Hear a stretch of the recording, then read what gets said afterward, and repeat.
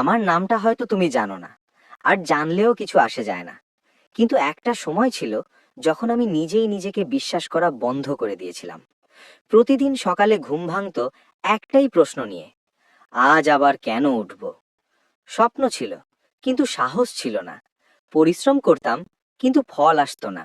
লোকেরা বলতো, এটা তোমার দ্বারা হবে না, এত বড় স্বপ্ন দেখিস কেন, অন্য কিছু করো। ধীরে ধীরে এই কথাগুলোই আমার নিজের কণ্ঠস্বর হয়ে গেল। একটা রাত আমি পুরোপুরি ভেঙে পড়েছিলাম।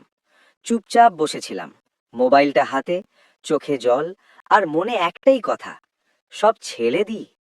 ঠিক তখনই নিজেকে একটা প্রশ্ন করলাম, আমি কি সত্যি হেরে গেছি, নাকি শুধু খুব ক্লান্ত হয়ে পড়েছি?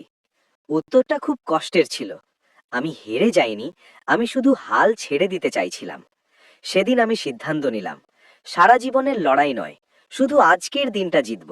বড় লক্ষ্য নয়, ছোট একটা চেষ্টা। আজ নয় তো কাল, এই ভাবনা বাদ দিয়ে এখনই। একদিন গেল, তারপর 2 দিন, তারপর 1 সপ্তাহ।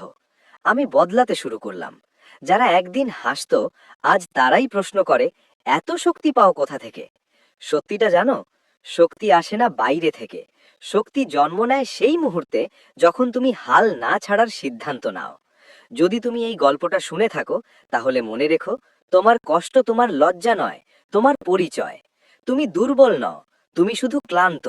আজ হাল ছেড়ো না, শুধু আজ।